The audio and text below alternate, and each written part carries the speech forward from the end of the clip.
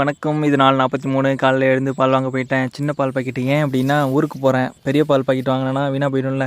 அதில் சின்ன பால் பாக்கெட் வாங்கி முடிச்சிட்டேன். அதுக்கப்புறம் சேப்பாக்கம் ரயில்வே ஸ்டேஷன், அங்கேருந்து சென்ட் தாமஸ் மவுண்ட் ரயில்வே ஸ்டேஷன், அங்கேருந்து தாம்பரம் ரயில்வே ஸ்டேஷன், அங்கேருந்து விருதாச்சலம் ரயில்வே ஸ்டேஷன். என்னடா இது ரயில்வே ஸ்டேஷன் மாறிக்கிட்டே இருக்குது.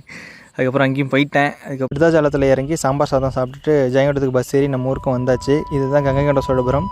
ராஜராஜ சோழன் தஞ்சாவூர் பெரிய கோயில் கட்டினவர். அவரோட பையன் ராஜேந்திர சோழன் தான் இந்த கங்கை கொண்ட சோழபுரம் கோயில் கட்டினவர். அருமையாக இருக்கும். எல்லா பிறந்த நாளுக்கு நான் போவேன். அப்புறம் நம்ம ஊர் வீர சோழபுரம் வந்துச்சு. பார்க்க அருமையாக இருக்குல்ல. பாருங்கள், பகல்லே வந்துட்டு மயிலாம் ரோட்டில் தெரிஞ்சிட்ருக்கு. அழகான ஊர்.